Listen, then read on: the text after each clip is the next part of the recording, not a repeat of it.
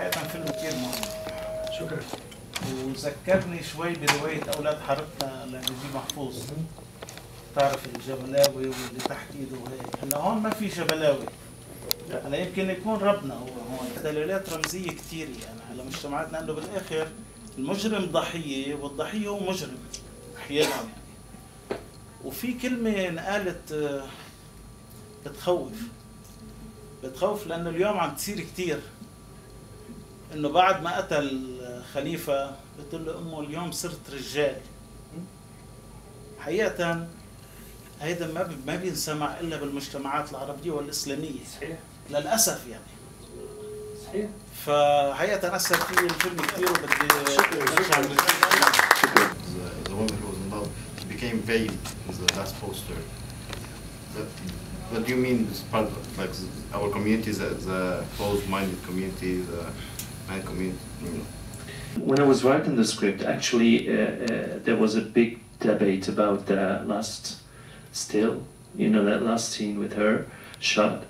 And people thought, because I wrote this film 3 years before the revolution. When the film got released in Tunisia, critics and journalists thought that I changed my script after the revolution, because they said this film is telling telling the whole story that happened in 2010. I wrote this in 2007, and I didn't change anything. But in the last 10 years, I mean, as a director, I'm an observer of the society, and I think that I was observing mine, and I could see that in Tunisia, like it began in 99 something, more and more veiled women, you know, were visible in the street. I mean, we didn't have that before, and so it became a kind of a phenomenon. So it was becoming more a cultural thing. It wasn't religious anymore. It's become like a fashion thing, you know what I mean? So and Morjana for me is the fantasy of the Arab guy. Like we want her to be the sexiest woman in the world. We want her to be like the hottest woman in the world, but we want to cover her as well. And so the progression of that character of Morjana in the script is, you know, is linked to the state of mind of the main character Mohsen, who's I mean, who tells you that this character Morjana exists? I mean, I don't even know if she exists in real life, if she's just a dream or a fantasy of the main character. So but it's not just only about religion, that last one with the veil. It's just about, you know, describing how that fantasy works, and it's a woman, and it's also about, you know, the progression of power. I mean, we had a very brutal, you know, guy in the beginning, which is Lanoub, which is now brutal inside. I mean, he's not brutal at all, I think. And then we had another kind of power, which is a power that you can't, you know, touch or feel. It's just waves. It's just GSM. It's just you know, phones and stuff. And then we have something else probably coming. So it's I think the film is in 3 chapters, but I described 2. I mean, I wrote 2, and the third one has just begun at the end of the film. About the cellular phone network. Why did you choose this? Because, you know, people and the world they live in is down, and then it comes like from space. Yani, is it like a symbol of power, and that will lead people to change the rifle from the right shoulder to the left shoulder? Yeah. Why did you really put it? It was shocking. The other way to do it was to choose internet. But I didn't want the internet to be there. I just wanted a means that could be so easy to carry and to, you know, I mean, for me, you know,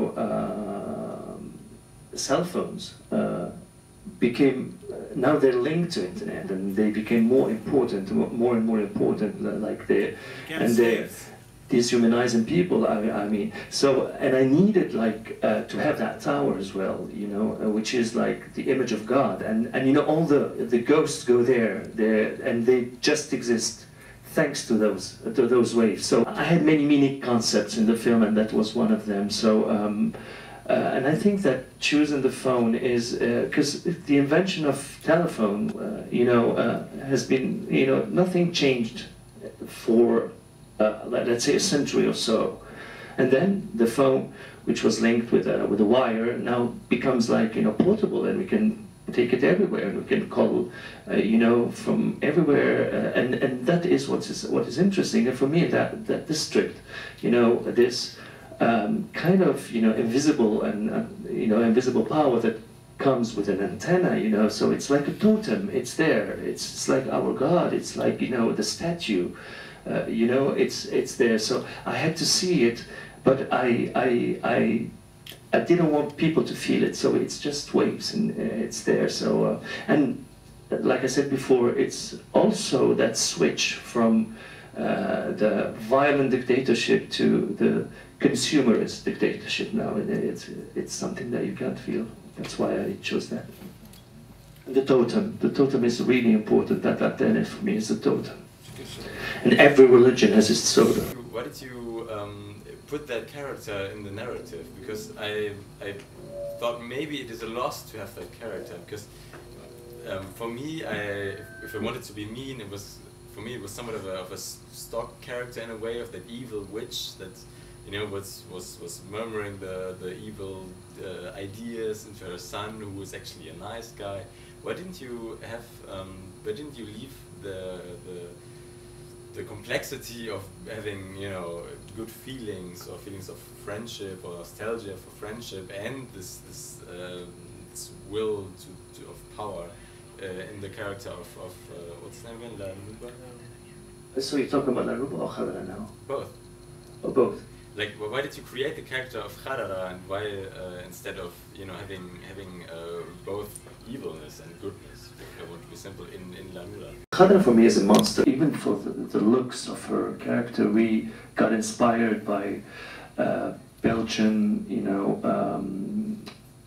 painters, from like 400 or 500 years ago, which and we worked very hard on the character. I didn't think about having a guy to play that part, but then when I finished the script, I said to myself, well, it could be actually a guy. Why not? For me, it's the image of the father and of the lost father that we see just in that first scene, and the mother, and she's for me, she cut the balls of her son when he was like 10 or something. So this film is about castration as well.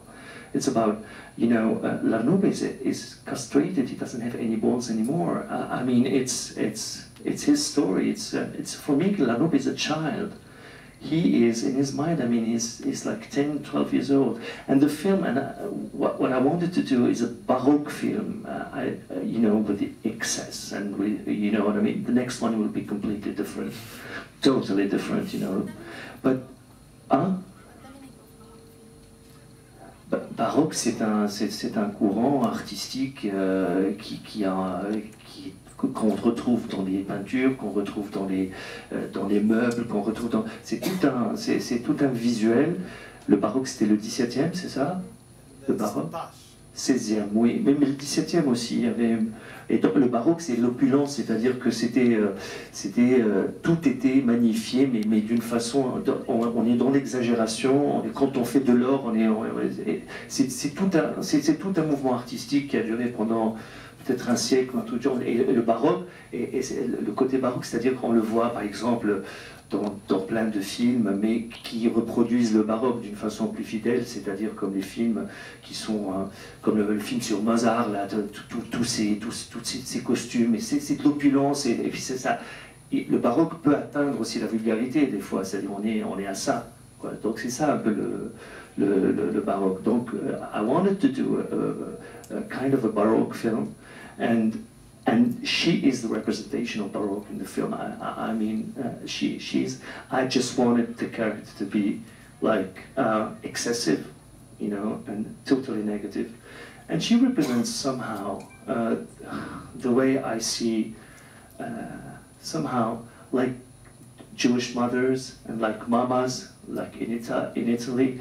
I think Arab mothers have that kind of, you know, Mediterranean thing, you know, it's exaggerated here, but they have that kind of thing where they cut the balls of their children. And I think experienced that when I was a boy, my friends and many people, because don't trust that image that probably media give of oppressed women, because those oppressed women can do, like, you know, can be the ones who make the law in their homes and all the decisions. That's why I had a question yesterday in the Q&A about this, the image of Khadra. Khadra for me is not a woman. I mean, if there's an image to be, you know, probably talked about in this film is Bint Sengra. She is positive. She's for me, she's an angel. But Khadra for me is just a character. She's not even a woman. So, and I think it's she's there also because I wanted Larnouba to be part of the game and not part of it at the same time. And we see that at the end, I wanted the three characters to be together in the same scene.